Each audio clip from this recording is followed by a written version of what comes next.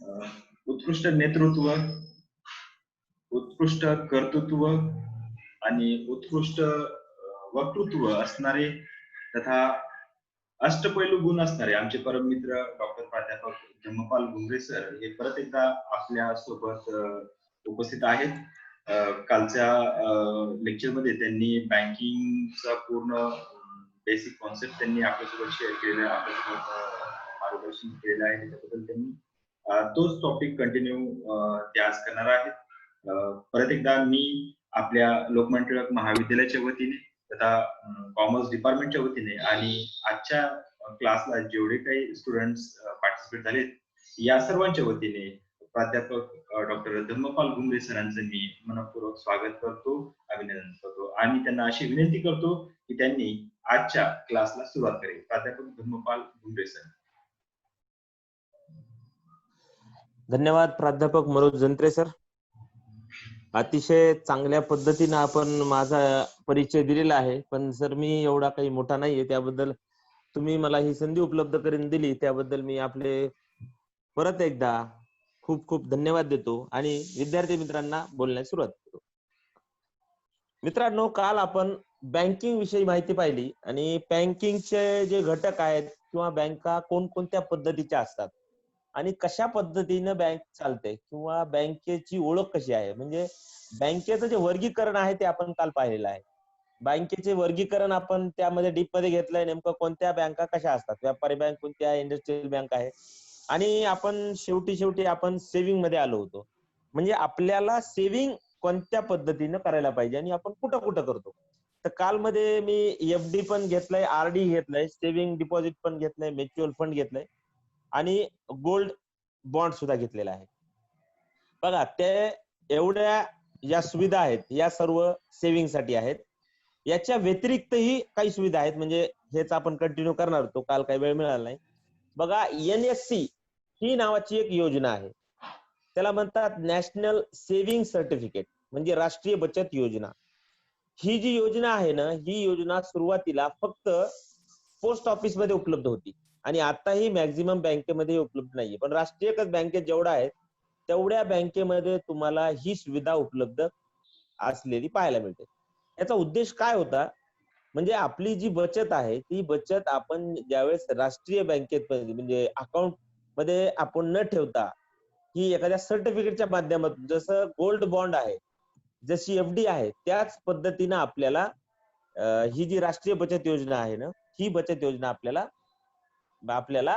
म्हणजे काढता येते. म्हणजे काय आहे माहितीये का, एफडी मध्ये काय असतं की एफडी मध्ये आपल्याला मध्येच पैसे काढता येत नाही, हा एक प्रॉब्लेम आहे एफडी. कारण फिक्स डिपॉझिट जेवढ्या वर्षासाठी किंवा जेवढ्या कालावधीसाठी तुम्ही केलेलं आहे तेवढ्याच कालावधीसाठी तुम्हाला तिथं पैसे ठेवणं गरजेचं आहे.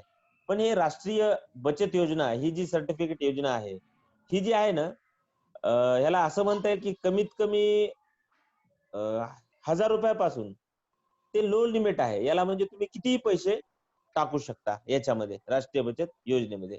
आणि फक्त ह्याच्यामध्ये एकच अट आहे की तुम्ही 5 वर्षापर्यंत याला हात लावू शकत, म्हणजे या पैशाला जर तुम्ही काढायचा प्रयत्न केला तर तुम्हाला जो मिळणारा व्याजदर आहे तो व्याजदर तुम्हाला मिळणार नाहीये. जर तुम्हाला याचा व्याजदर मिळवायचा असेल तर कमीत कमी तुम्हाला 5 वर्ष पुढे तुम्हाला ही सुविधा चालू ठेवावी लागेल. पुन्हा आहे यामध्ये तुम्ही 1.5 लाखापर्यंत, बघा 1.5 लाख रुपयापर्यंत तुम्ही याला जर पैसे याच्यामध्ये बचत केली वर्षाला, तर याला तुम्हाला कोणत्याच पद्धतीचा टॅक्स देण्याची गरज नाहीये. पण 1.5 लाखाच्या वर जर याची रक्कम गेली, समजा दरमहा मी 10,000 रुपये टाकायला सुरुवात केली याच्यामध्ये, नॅशनल राष्ट्रीय बचत प्रमाणपत्र योजनेमध्ये, बरं याच्यामध्ये आपण मंथली पैसे टाकू शकतो. फिक्स डिपॉझिट मध्ये काय आहे, तुम्हाला एकदाच पैसे घ्यायचे आणि एकदाच त्याच्यामध्ये गुंतवायचे. पण याच्यामध्ये तुम्ही काय करू शकता, दर महिन्याला पैसे टाकू शकता जर तुम्हाला शक्य असेल तेवढं. पण तुम्ही जर 1.5 लाखापर्यंत वर्षाला जर गुंतवणूक केली तर तुम्हाला त्याच्यामध्ये कसल्याच पद्धतीचा टॅक्स देण्याची गरज नाहीये. पण जर 1.5 लाखाच्या वरची जी अमाऊंट आहे, समजा 1,70,000, 1,60,000 जर तुम्ही वर्षाला गुंतवत असाल तर तुम्हाला 1.5 लाखाच्या वर टॅक्स लागणार नाही. पण त्याच्यानंतर तुम्हाला जी 20-30 हजार जी एक्सटेंड अमाऊंट आहे त्याच्यावर मात्र तुम्हाला तो टॅक्स पे करावा लागेल. जो अंडर 80च्या अनुसार जे रूल्स अँड रेग्युलेशन बँकेने दिलेले त्यानुसार. बघा ही झाली एनएससी योजना. त्याच्यामध्ये आणखी एक योजना आहे ELSS. याला म्हणतात इक्विटी लिंक सेव्हिंग स्कीम. ही एक प्रकारची म्युच्युअल फंडची स्कीम आहे. ही सुद्धा राष्ट्रीयकृत बँकेमध्ये तुम्हाला उपलब्ध करून दिली जाते. बघा हे काय माहितीये का, याच्यामध्ये सगळ्यात चांगली बाब ही आहे की तुम्ही याच्यामध्ये 3 वर्षानंतर पैसे काढू शकता. म्हणजे सगळ्यात कमी कालावधी जर कोणत्या स्कीमला असेल या योजनांच्या, तर ही या स्कीमला आहे. कारण प्रत्येक ज्या बँका म्हणजे प्रत्येक जी स्कीम आहे कमीत कमी 5 वर्ष आहे, 5 वर्षाच्या वर आहे. त्याच्यात वेगवेगळे रूल्स अँड रेग्युलेशन्स दिलेले आहेत. पण यामध्ये इक्विटी लिंक सेव्हिंग स्कीम मध्ये तुम्हाला 3 वर्षानंतर पैसे काढता येतात. म्हणजे आणि याच्यावर म्हणजे दोन्ही स्कीम असो, राष्ट्रीय बचत योजना असो किंवा ELSS स्कीम असो, या दोन्हीमध्ये तुम्हाला लोनची सुद्धा सुविधा आहे. म्हणजे उदाहरणार्थ कसं, जर तुम्हाला तुमचे हे पैसे जमा झालेले आहेत, समजा तुम्ही पैसे जमा करताय 10 वर्षाकरिता, असं आपण गृहीत धरूया. पण 10 वर्षाकरिता तुम्ही पैसे गृहीत धरताय, तुम्हाला अचानक 5व्या किंवा 6व्या वर्षी खूप अडचण आली, पैशाची आवश्यकता पडली, कोणी आजारी पडलेला आहे किंवा XYZ जे काही प्रॉब्लेम असतील ते. तर मग त्यावेळेस काय होतं, की जर तुम्हाला हे पैसे पाहिजे असतील, तर तुम्हाला हे लोनच्या स्वरूपात सुद्धा मिळू शकतात. आणि आपल्या दिलेल्या पैशावर आपण लोन घेण्यासाठी 1% व्याजदर असतो दर वर्षाला. म्हणजे काय आहे, तुम्हाला कमी व्याजदरामध्ये तुम्हाला हे पैसे वापरायला मिळतात. आणि हे त्यांना आपल्याला पैसे 1% द्यायला ह्याच्यासाठी परवडतात, कारण हे पैसे आपलेच असतात. आपल्याच पैशातून ते आपल्याला पहिल्यांदा 40% रक्कम देतात. म्हणजे जर तुमचे समजा 1,00,000 रुपये जर जमा आहे आणि तुम्हाला लोन आवश्यकता आहे, तर तुम्ही सुरुवातीला 40,000 रुपये लोन त्यावर घेऊ शकता. आणि याचा जो प्रीमियम असतो, हा प्रीमियम तुम्ही मंथली भरू शकता, 6 महिन्याला भरू शकता किंवा इयरली भरू शकता. म्हणजे असं काही नाहीये की तुम्ही हे दर महिन्याला भरलं पाहिजे. तुम्ही 6-6 महिन्याचे लॉट करू शकता, क्वार्टरली करू शकता, 3-3 महिन्याला. म्हणजे याचं जे व्याज देय तुम्हाला करायचंय, शक्यतो 6 महिन्याला किंवा वर्षाला मॅक्झिमम जण आहे ह्याचा व्याज भरतात. तसंच जे राष्ट्रीय बचत योजना आहे त्यामध्ये सुद्धा तुम्हाला लोन घेण्याची सुविधा आहे. बघा मित्रांनो, या ज्या सुविधा आहेत या सगळ्या आपल्या सेव्हिंगच्या दृष्टिकोनातून. एक खूप महत्वाची असं म्हणता येईल की ही एक सुविधा आहे मी जी तुम्हाला आता सांगणार आहे. त्याला म्हणतात PPF. तुम्ही ऐकलं असेल पीएफचा कटिंग होतो हे सगळ्यांनी शब्द ऐकलेले आहेत बघा. जे पहिले गव्हर्नमेंटचे कर्मचारी आहेत त्यांचा पीएफ कट व्हायचा आणि आताही खूप ठिकाणी पीएफ हा कट केला जातो. पीएफ म्हणजे प्रॉव्हिडंट फंड. आता पीपीएफचा जो फुल फॉर्म आहे तो पब्लिक प्रॉव्हिडंट फंड आहे किंवा पर्सनल प्रॉव्हिडंट फंड सुद्धा कुणी कुणी म्हणतात त्याला. म्हणजे काही जण त्याला पब्लिक प्रॉव्हिडंट फंड म्हणतात, कोणी पर्सनल प्रॉव्हिडंट फंड म्हणतो आणि याला मराठीमध्ये वैयक्तिक भविष्य निर्वाह निधी असे म्हणतो आपण. बघा ही सर्वात महत्वाची योजना आहे बँकेच्या दृष्टिकोनातून. याला असं म्हणता येईल रिस्क फ्री आणि टॅक्स फ्री आहे योजना ही. रिस्क फ्री याच्यासाठी सांगतो तुम्हाला मी, या दोन्हीचंही तुम्हाला मी एकदम सविस्तरपणे माहिती सांगणार आहे. रिस्क फ्री म्हणजे कशा, या बाकीच्या सुद्धा रिस्क फ्री आहेत. रिस्क फ्री म्हणजे कशा, याला सुद्धा कोणत्याच पद्धतीचा धोका होत नाहीये. पण याला रिस्क फ्री याच्यासाठी म्हणलेलं आहे की याच्यावरती कोणत्याच प्रकारचा तुम्हाला टॅक्स देय करायचा नाहीये. ही सर्वात पहिली गोष्ट. म्हणजे तुमची अमाऊंट जर ज्यावेळेस तुमची अमाऊंट एका विशिष्ट वर्षाकरिता तुम्ही टाकता, 15 वर्षाकरिता लिमिट, याला कमीत कमी 15 वर्षाकरिता तुम्ही पीएफ योजना काढू शकता. म्हणजे या पीपीएफ मध्ये ज्यावेळेस तुम्ही पैसे टाकता तुम्हाला 15 वर्षापर्यंत हे काढण्याची मुभा नाहीये. त्याच्यानंतर तुमचा जो अमाऊंट आहे म्हणजे तुमचा जो व्याजदर वाढून तुम्हाला त्याचा मोबदला मिळून जी अमाऊंट तुम्ही समजा एक ठराविक रक्कम ठेवलेली आहे आणि तुम्हाला त्या व्याजानुसार ती रक्कम जर 20 लाख असेल तर तुम्हाला 35 लाख वगैरे जर तुम्ही पैसे उचलले तर तुम्हाला कसल्याच पद्धतीचा किंवा कोणत्याच प्रकारचा टॅक्स देय करायचा नाहीये. त्याच्यामुळे तुम्हाला हा पीपीएफ जो योजना आहे ही अतिउपयुक्त योजना आहे. हा पुन्हा राहिला दुसरा, ह्या ज्या बाकीच्या जे योजना आहेत या योजनांमध्ये म्हणजे एफडी असो आरडी असो, एफडी आरडीचा हा कमी काला कालावधीचा असतो. पण या जे राष्ट्रीय बचत योजना, इक्विटी लिंक सेव्हिंग स्कीम याच्यामध्ये तुम्हाला ज्यावेळेस पैसे तुमचे मॅच्युअर होतात, त्यावेळेस तुम्हाला मात्र जो टॅक्स असतो तो भरावा लागतो. त्याच्यामुळे याच्यामध्ये या पीपीएफ मध्ये रिस्क फ्री आहे. आणि आणखी सर्वात महत्वाचं जी गोष्ट आहे, याच्यामध्ये तुम्ही प्रतिवर्ष 500 पासून ते 1.5 लाखापर्यंत पैसे गुंतवू शकता. म्हणजे काय, जर तुम्ही दर वर्षाला कमीत कमी ₹500 जमा करावे दर वर्षाला. तसं तर आपण एखाद्याने जर काढली तर ₹100 जरी पर डे आपण जर पकडला समजा, तर वर्षाचे ₹1200 होतात. असं जर आपण विचार केला तर. आणि 15 वर्षाचे 1200 जर लावले, तर जी अमाउंट आपल्याला पाहिजे बघा, जी अमाउंट आपल्याला पाहिजे ती अमाउंट कमीत कमी ही ₹500 पर इयर असायला पाहिजे आणि 1.5 लाखाच्या वर असायला नाही पाहिजे. म्हणजे याचा अर्थ असा नाही की तुम्ही 1.5 लाखाच्या वर गुंतवणूक करू शकत नाही. पण तुम्हाला जर 1.5 लाखाच्या वर जर तुमचा टर्नओव्हर झाला पर इयरचा, पर वर्षाचा, तर तुम्हाला जे बेनिफिट आहे याचं व्याजाच्या स्वरूपात ते मिळत नाही. म्हणजे काय होतं, तुम्हाला जर आत्ताचा जर विचार केला, तर पूर्वी काय होतं 7.9% दराने तुम्हाला याच्यावरती व्याजदर मिळत. आता हे जे व्याजदर आहे, आता म्हणजे या लॉकडाऊनच्या काळामध्ये, करंटमध्ये या ज्या जून महिन्याची सुरुवात झाली मागच्या महिन्यामध्ये समजा, तर त्या जून महिन्याच्या सुरुवातीला गव्हर्नमेंटने याच्यातले व्याजदर कमी केलेत आणि 7.1% हे व्याजदर सध्या सुरू आहे.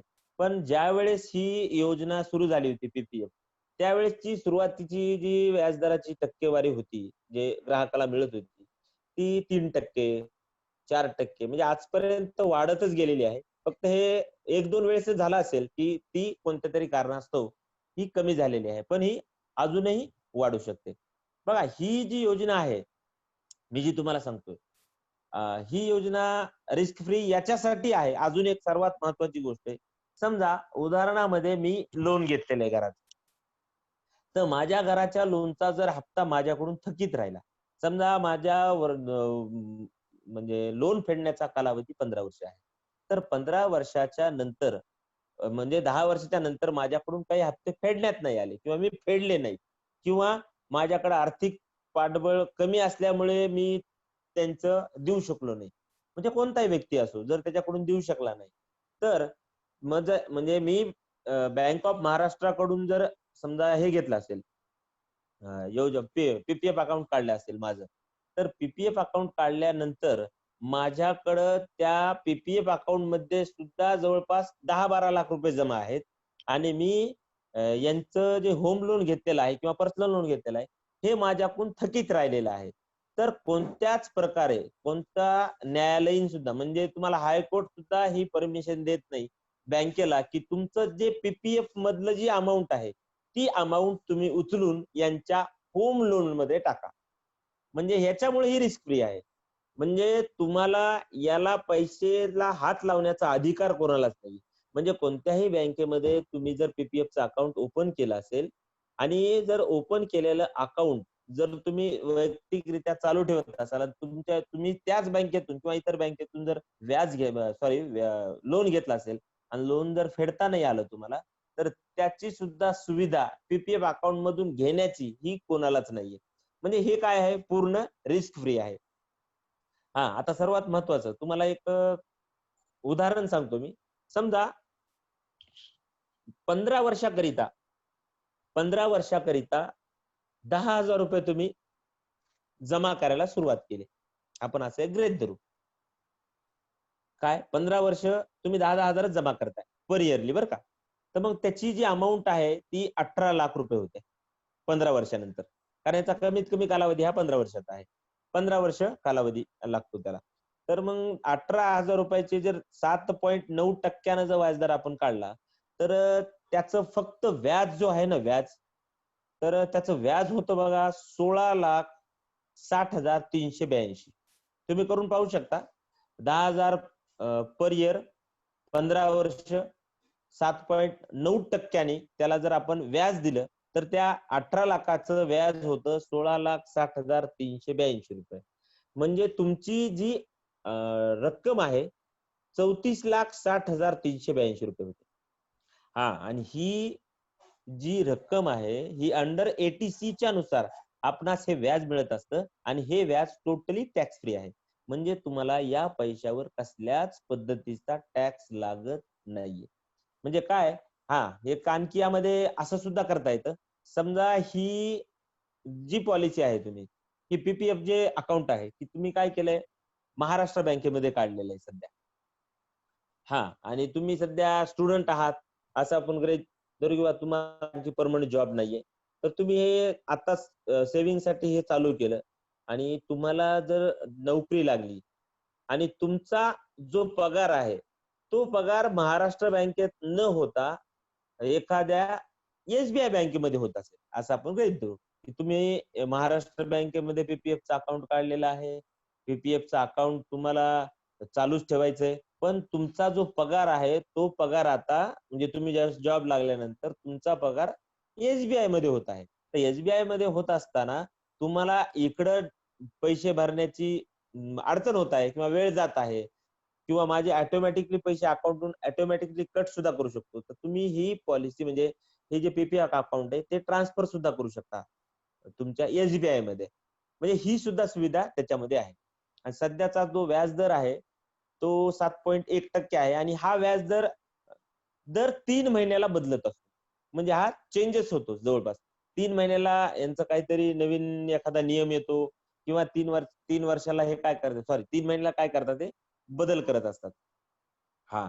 आणि याच्यामध्ये सुद्धा लोन घेण्याची सुविधा आहे. पण लोन तुम्हाला कधी मिळतं जर तुमचं एमर्जन्सी त्याला कारण लागेल. म्हणजे समजा घरात खूपच कुणी आजारी आहे, मुलांच्या शिक्षणासाठी पैसे हवेत. अशा वेळेस तुम्हाला ते कारण दाखवून त्यावेळचे पैसे काढता येतात. बघा कधी काढता येतात? 3 वर्षानंतर तुम्हाला 25% रक्कम जमा रकमेच्या 25% रक्कम लोन घेता येते. हां. आणि नंतर 7 वर्षानंतर 50% रक्कम तुम्ही उचलू शकता. पण त्याला गंभीर कारण लागतं. म्हणजे तुमचं पैसे जर तुम्हाला उचलायचे असतील अर्धे, तर अर्धे पैसे उचलण्यासाठी तुम्हाला एक कारण काय लागेल? गंभीर कारण लागेल. त्या 7 वर्षानंतर तुम्ही ते पैसे उचलू शकता. बघा, ही एक सुविधा जी आहे, तुम्ही बँकेमध्ये जाऊन फॉर्म सुद्धा भरू शकता किंवा तुमचं जर नेट बँकिंग असेल, तर तुम्ही याला ऑनलाईन सुद्धा ह्याचा फॉर्म भरू शकता. म्हणजे ऑनलाईन अकाउंट तुम्ही सुद्धा ओपन करू शकता घर बसल्या. कारण तुमचं ज्या बँकेमध्ये अकाउंट आहे, त्या बँकेमध्ये तुमचं ऑलरेडी केवायसी झालेलं असतं. म्हणजे केवायसी झालंय म्हणजे तुमच्या कागदपत्राची जी पडताळणी आहे, ती पडताळणी म्हणजे चांगल्या प्रकारे ऑलरेडीच झालेली असते. त्याच्यामुळे तुम्ही घर बसल्या सुद्धा ऑनलाईन सुद्धा ही पीपीएफ अकाउंट काढू शकता. माझ्या माहितीस तो पीपीएफ अकाउंट हे प्रत्येकाचं सध्या तरी असायला हवं. आता काय आहे लोकांना अ, बचत पॉलिसी म्हणलं की एल-आय-सीचं नाव दिसतं. पण या पीपीएफच्या माध्यमातून सुद्धा आपण चांगल्या पद्धतीनं बचत करू शकतो. आणि पीपीएफ अकाउंट हे 5 वर्षानंतर समजा 5 वर्षानंतर सुद्धा आपल्याला काय करता येतं, बंद करता येतं. असं नाही की ते 15 वर्षाचा जरी कालावधी असला तरी आपल्याला बंद करता येत नाही. पण त्याच्यासाठी तुम्हाला जो मिळणारा व्याजदर आहे, तो व्याजदर कमी होत असतो. ज्यावेळेसचे त्यावेळेसचे नियम आहेत समजा.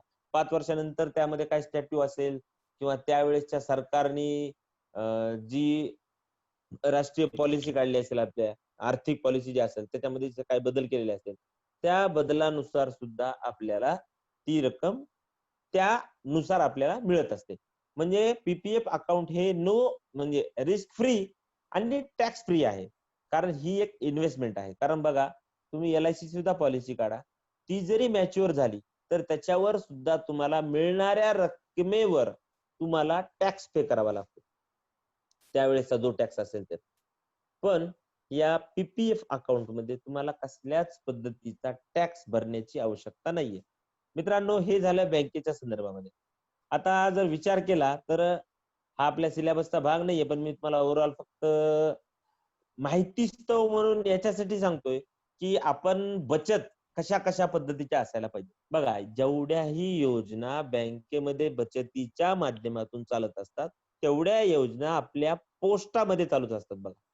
पोस्ट ऑफिस जे आहे आपलं पोस्ट ऑफिस, त्याच्यामध्ये सर्वात जास्त इन्कम हे पोस्ट ऑफिसमध्ये आहे.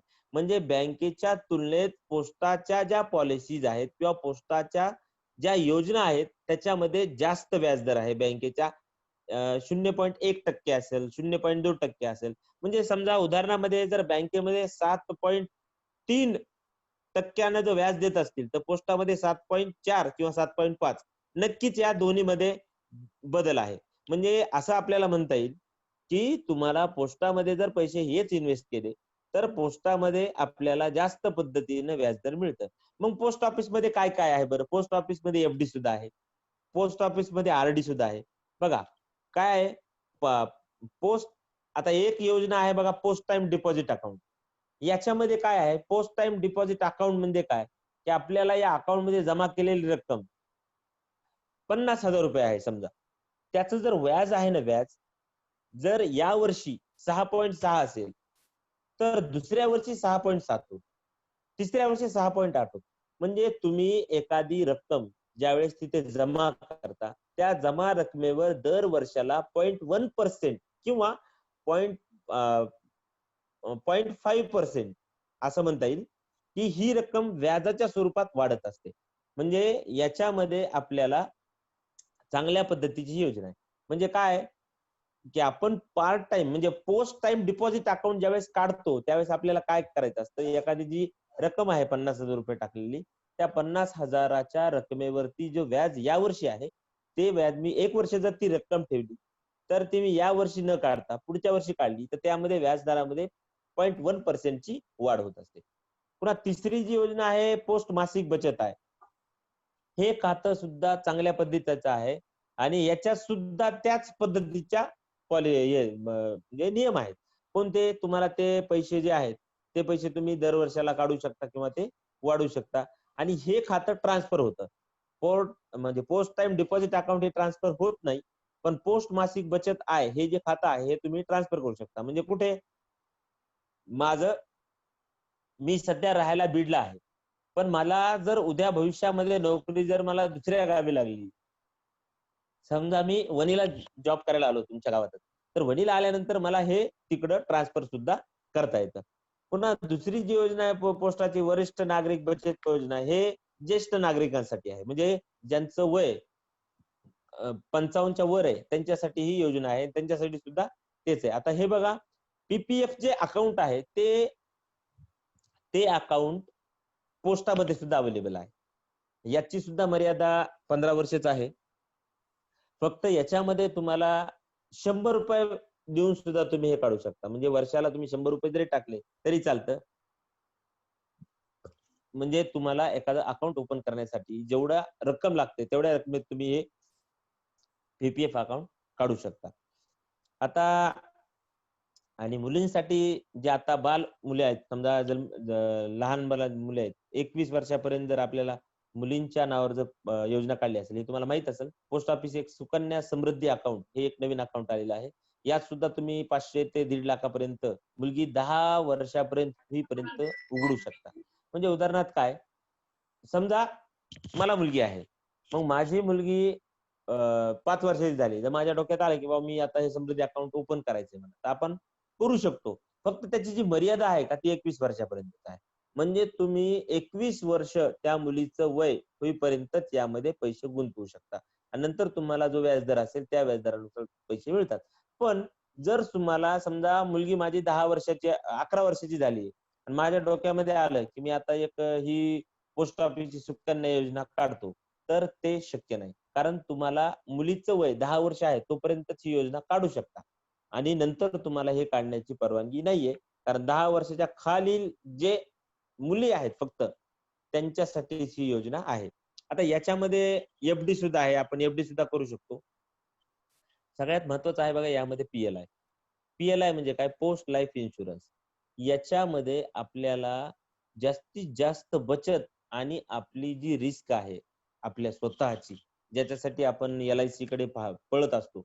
एल-आय-सीच्या माध्यमात ही अ, असं म्हणता येईल, एल-आय-सी जर आपल्याला 60% अमाउंट बेनिफिट देत असेल, तर ही आपल्याला 90% अमाउंट बेनिफिट देते. म्हणजे एल-आय-सी पेक्षा पोस्ट लाईफ पी-एल-आय म्हणजे पोस्टल लाईफ इन्शुरन्स पॉलिसी ही आपल्याला 30% ते 40% त्याच्यापेक्षा चांगली आहे. कसं आहे, ही सुरुवातीला 1984 ला अंमलात आली होती आणि याचा उद्देश असा होता, की जे त्यांचे पोस्टलचे जे कर्मचारी आहेत सगळे, पोस्टलच्या कर्मचाऱ्यांसाठी ही योजना त्यांनी आणली होती आणि पोस्टलच्या कर्मचाऱ्यांना एक लाईफ सिक्युअर राहावी या दृष्टिकोनातून ही सुरुवात करण्यात आली होती. पण नंतरच्या काळामध्ये जसं जसं बिझनेस वाढायला लागला, म्हणजे आपल्याला असं पाहता येईल की बाजारामध्ये ज्या पद्धतीनं लाईफ इन्शुरन्स पॉलिसी झपाट्यानं वाढत होत्या, त्याच्यामुळे ह्यांनी त्याचे नियम थोडे शिथिल केले आणि जे शासकीय कर्मचारी आहेत, निमशासकीय कर्मचारी आहेत, त्यामध्ये जे प्रोफेशनल कोर्स आहेत, म्हणजे प्रोफेशनल डॉक्टर्स असतील, सीए असतील, यांच्यासाठी सुद्धा त्यांनी पीएलआय आता उपलब्ध करून दिलेली आहे. पण विद्यार्थ्यांसाठी पीएलआय उपलब्ध नाहीये सध्या तरी. म्हणजे ह्यांनी तसे नियम ठेवलेले आहेत. आता पीएलआय ही नोकरदारासाठी आहे आणि प्रोफेशनल जे आहेत त्याच्यासाठी पण आहे. आता ह्याचं जर डिटेल घेत झालं तर याला खूप वेळ लागेल. फक्त तुम्हाला मी यांच्या ज्या 6 प्रकारच्या ज्या पोस्टल पीएलआय आहेत, पोस्टल लाईफ इन्शुरन्स पॉलिसी आहेत, त्यांची फक्त नावं सांगतो. ही एक सुरक्षा म्हणून पॉलिसी आहे, ती पूर्ण आयुष्याचा विमा आहे त्यामध्ये.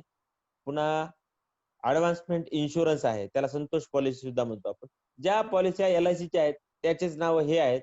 फक्त याच्यामध्ये आणि त्याच्यामध्ये थोडा व्याज दरामध्ये बदल आहे. कारण याच्यामध्ये व्याजदर जास्त आहे. म्हणजे उदाहरणामध्ये तुम्हाला सांगतो, जर मी माझ्या पूर्ण आयुष्याचा विमा जर एल-आय-सी पॉलिसीमधून काढला आणि त्याची जर मुदत घेतली मी 20 वर्ष समजा किंवा 15 वर्ष, तर माझा जो आत्ताचा जो माझ्या डेट ऑफ बर्थ नुसार जर एक्स-वाय-झेड जी रक्कम असेल माझी, त्या रकमेसाठी जर मला हप्ता येत असेल, जर मी 10,000ची म्हणजे 10 लाखाची जर पॉलिसी काढत असेल, जर मला एल-आय-सी त्याचा हप्ता 4,500 4,800 जर देत असेल, तर पीएलआय म्हणजे पोस्ट लाईफ इन्शुरन्स तेच म्हणजे तीच सुविधा तेवढ्याच अमाउंटची ही मला 3 ते 3,200 पर मंथ हप्त्यानं ही पॉलिसी मला ओपन करू शकतात. म्हणजे याच्यामध्ये आपल्याला लगेच बदल लक्षात येतो, की याचा व्याजदर आणि याचा व्याजदर किती आहे किंवा याच्यामध्ये दोन्हीमध्ये बेनिफिट किती आहे. आता एक आहे सुविधा पॉलिसी, ती म्हणजे बदल्यांच्या स्वरूपात विमा. म्हणजे कसं आहे, आपल्याला जर चेंजेस करायचे असतील काही विम्यामध्ये, तर याच्यामध्ये आपण करू शकतो. म्हणजे हा विमा काढल्यानंतर तुम्हाला दुसऱ्या विमामध्ये सुद्धा नंतर त्याचं कन्व्हर्टेशन करता येतं. एक आहे बघा सुमंगल योजना आहे. ही जी योजना आहे, या योजनेचं एक बेनिफिट असा आहे, की या योजनेमध्ये समजा तुम्ही 20 वर्षाकरिता जर ही पॉलिसी काढली, तर या पॉलिसीमध्ये तुम्ही 20 वर्षाला 4 टप्पे पडतात. ते 5-5 वर्षाचे. पहिले 5 वर्ष, दुसरे 5 वर्ष, तिसरे 5 वर्ष. म्हणजे तुम्हाला पहिल्या 5 वर्षी तुम्हाला याची 20% रक्कम मिळते जमा रकमेच्या. म्हणजे तुमचं जर अमाउंट असेल 10 लाखाचं उदाहरणामध्ये, 10 लाख रुपये तुम्ही व्याजदर हे करताय, तर ते काय करतात त्याच्यामध्ये 4 टप्पे केलेले आहेत त्यांनी. 10 लाखाला जर तुम्हाला 5 वर्षानंतर 20% अमाउंट ते तुम्हाला देत असतात. म्हणजे 2 लाख रुपये तुम्हाला देतात. मग काय होतं, पहिल्या 5 वर्षानंतर 2 लाख, दुसऱ्या 5 वर्षानंतर 2 लाख, तिसऱ्या 5 वर्षानंतर 2 लाख. म्हणजे हे जे 2 लाख आहे, ही याच्यामध्ये या स्कीम मधली योजना आहे. म्हणजे ही मनी बॅक योजना अशी सुद्धा म्हणता येईल. मनी बॅक याच्यासाठी, की आपल्याला जेवढी ही रक्कम आहे, ती रक्कम आपल्याला टप्प्याटप्प्याने आपलेच पैसे आपल्याला ते काय करतात, वापरायला देतात. आणि शेवटी जी मॅच्युरिटी होती, ती मॅच्युरिटी आपल्याला मिळणारच आहे. पुन्हा याच्यामध्ये जॉइंट पीएलआय आहे. जॉइंट पीएलआय म्हणजे काय? आपण जॉइंट जसं अकाउंट काढतो, तसं जॉइंट पॉलिसी सुद्धा काढू शकतो. एल-आय-सी मध्ये सुद्धा तसंच आहे. आणि एक जे आहे ते चिल्ड्रन पॉलिसी आहे. म्हणजे बाल जीवन विमा निगम पॉलिसी. तर याच्यामध्ये सुद्धा आपण जे लहान मुलं आहेत, त्यांची सुद्धा पॉलिसी याच्यामध्ये काढू शकतो. बघा ओव्हरऑल जर आपण विचार केला, तर काल आपण सगळ्या सेव्हिंगच्या बाबतीत तुम्हाला मी सांगितलं. तसं तर मी पोस्टाचं सांगणार नव्हतो. पण काय आहे, पोस्ट सुद्धा गव्हर्नमेंटचा आहे आणि बँका सुद्धा नॅशनलाइज आहेत. हे सर्व कारभार हा केंद्रातून चालत असतो. पण आपल्याला गुंतवणूक कुठं करायला पाहिजे किंवा कुठं करायला हवी, कुठं करायलाच पाहिजे आपण, हे आपल्याला माहीत असणं. त्याच्यामुळे मी ह्या बँकिंगच्या टॉपिक मधून थोडं बाजूला येऊन फक्त तुम्हाला ज्या आपण गुंतवणूक कशा पद्धतीनं करतो ते सांगतो. आणि शेअर मार्केट आणि म्युच्युअल फंड यामध्ये जर तुलना केली आपण, काय असतं, म्युच्युअल फंड हे सिक्युअर आहे. म्हणजे तुम्ही ज्यावेळेस एखाद्या बँकेमध्ये पैसे टाकता, त्यावेळेस तुम्हाला बँक पूर्ण तुमचे पैसे एकाच शेअर मार्केटमध्ये गुंतवत नाही. मग ते काय करत असते, जेवढेही वेगवेगळे शेअर मार्केट आहेत, जेवढ्या जेवढ्या मार्केटिंगच्या सुविधा आहेत, ज्या ज्या ठिकाणी आर्थिक उत्पन्न आपल्याला जास्त मिळतं त्या ठिकाणी ते पैसे किंवा रक्कम जमा करत असतात. पण शेअर मार्केट एक असं आहे, त्याचा जर आपण अभ्यास केला तर शेअर मार्केटमध्ये ज्यावेळेस आपण पैसे गुंतवतो, जर आपण वेगवेगळ्या कंपनीजचे जर शेअर घेतले तर आपल्याला त्या पद्धतीनं मोबदला मिळेल. पण शेअर मार्केट कधी भाव जर वाढला तर आपला फायदाही होऊ शकतो आणि कमी झाला तर त्याचा तोटाही होऊ शकतो. पण आपण या बँकेच्या ज्या स्कीम्स आहेत आपल्याला ज्या पाहिल्या डिपॉझिटसाठी, त्याच्या माध्यमातून जर आपण पैसे जमा केले तर आपल्याला खूप चांगल्या पद्धतीनं आपल्याला बेनिफिट मिळतात आणि हे पैसे रिस्क फ्री असतात. म्हणजे आपल्याला जास्त काळजी करण्याची आवश्यकता नाहीये. कारण ह्याची रिस्क ही सदरील बँकेवर असते. फक्त आपल्याला जो मिळणारा मोबदला आहे तो कमी जास्त प्रमाणामध्ये होत असतो. तर मला असं वाटतं मित्रांनो, की तुम्हाला माझ्या म्हणजे माझ्या माहितीप्रमाणे किंवा माझ्या अभ्यासानुसार मी ज्या तुम्हाला या सेव्हिंगच्या स्कीम सांगितलेल्या आहेत, त्याच्याबद्दल तुम्हाला ज्ञात झाला असेल. जर यदाकदाचित जर कोणाच्या मनामध्ये शंका, कुशंका किंवा प्रश्न असतील, तर त्यांनी मला मेसेजवरती सांगावे, ही विनंती. हॅलो?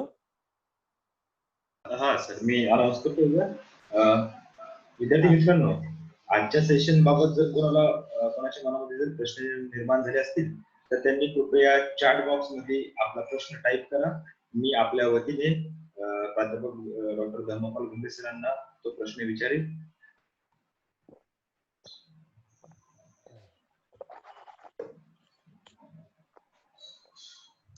कृपया आपले प्रश्न चॅट बॉक्स मध्ये टाईप करा. जर आजच्या सेशन बद्दल कोणाच्या मनात जर प्रश्न निर्माण झाले असतील तर त्यांनी चॅट बॉक्स मध्ये जाऊन तो प्रश्न टाईप करावा आणि सेंड करावा. मी आपल्या वतीने सरांना प्रश्न विचारतो. विद्यार्थ्यांनो, जर तुम्हाला माझं समजलं नसेल तर ते सांगितलं तरी चालेल, काही अडचण नाही.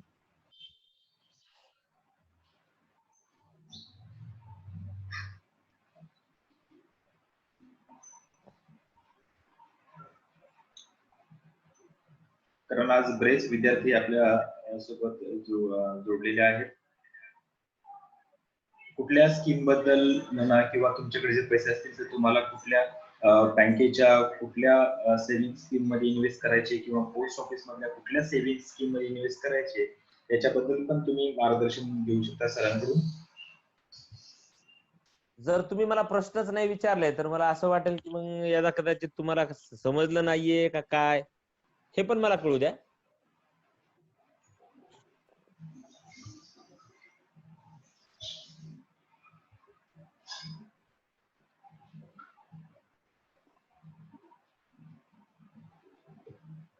आपला प्रश्न तुम्ही मराठी, हिंदी, इंग्रजी कोणत्याही लँग्वेज मध्ये चॅट बॉक्स मध्ये टाईप करू शकता आणि सेंड करू शकता.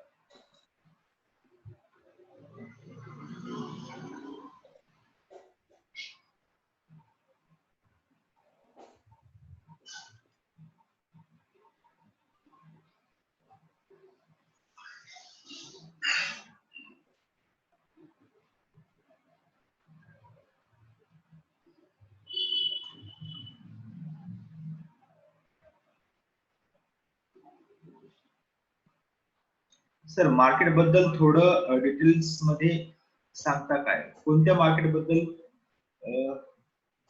अच्छा, शेअर करंट मार्केट बद्दल सांगायचंय का? नाही. अच्छा, शेअर मार्केट. आपलं नाव तुम्ही टाईप करा चॅट बॉक्स मध्ये. ओके. यांचं म्हणणं आहे की शेअर मार्केट बद्दल पण सर आपल्याला मी हे सूचित करू इच्छितो की आपण आपला जो कोर्सचा जो सेकंड पार्ट जो आहे तो टोटल शेअर मार्केट वरती आहे. मी या स्टुडंटला सूचित करू इच्छितो की आपला जो पूर्ण अच्छा, गणेश, आपला जो सेकंड पार्ट जो आहे तो पूर्ण शेअर मार्केट बद्दलच आहे. तसे सर आपल्याला थोडंसं मार्गदर्शन करतीलच याबद्दल, पण आपण डिटेल मध्ये सेकंड पार्ट मध्ये पूर्ण शेअर मार्केट शिकणार आहोत. सर याबद्दल आपलं काय मत आहे? शेअर मार्केट बद्दल या मुलाचा प्रश्न आहे. तुम्ही हा, थोडंसं मार्गदर्शन करा. गणेशजी असा असा प्रश्न आहे. समजा तुम्हाला जो शेअर मार्केटमध्ये गुंतवणूक करायची असेल तर मला असं वाटतं शेअर मार्केट वरती स्पेशली मी सांगू शकतो. पण जे तुम्हाला दुसऱ्या सेशन मध्ये सर विचारणार आहेत ते तुम्हाला यामध्ये आधी डिटेल सांगतील. मला वाटतं या बँकिंगच्या क्षेत्रामध्ये काही प्रॉब्लेम असेल तर विचारा, तरी तुमची एक समाधान होईल अशा पद्धतीने मी तुम्हाला सांगतो. शेअर मार्केट बद्दल जर बोलायचं झालं तर त्याला कमीत कमी तरी अर्धा पाऊण तास तरी तुम्हाला त्याबद्दलची डिटेल माहिती लागेल. शेअर मार्केटमध्ये ज्यावेळेस आपण पैसे गुंतवणूक करतो, तुम्हाला एवढं सांगेल त्यावरती, आपण ज्यावेळेस शेअर विकत घेत असतो त्यावेळेस हे एकाच बँके किंवा एकाच संस्थेकडून किंवा एकाच पद्धतीचे घेऊ नयेत. हे वेगवेगळ्या पद्धतीचे शेअर्स घेणं गरजेचं आहे. कारण आपल्याला जर एकाच ह्याच्यातून शेअर्स घेतले तर त्याचा मोबदला बी मिळू शकतो आणि तोटा पण होऊ शकतो. जर आपण वेगवेगळ्या पद्धतीचे शेअर्स जर विकत घेतले तर कोणत्या ह्याच्यामध्ये जरी मंदी आली तरी आपल्याला दुसऱ्या ह्याच्यामध्ये जर बढती असेल तर त्याचा बेनिफिट आपल्याला मिळू शकतो. याच्या व्यतिरिक्त काही आहे का विचार?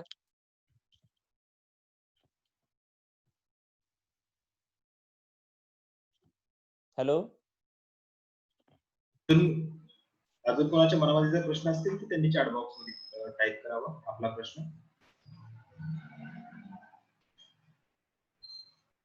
ओके. घुमरे सर, आपल्याला वेळेची मर्यादा आहे. वेळेची मर्यादा असल्यामुळे आपण बाकीचे जे प्रश्न आहेत त्या प्रश्नांची ते प्रश्न मी नंतर नोट डाऊन करेलच. आपण पुढच्या सेशन मध्ये त्या प्रश्नांची उत्तरं आपल्याकडून मिळतील अशी अपेक्षा करतो.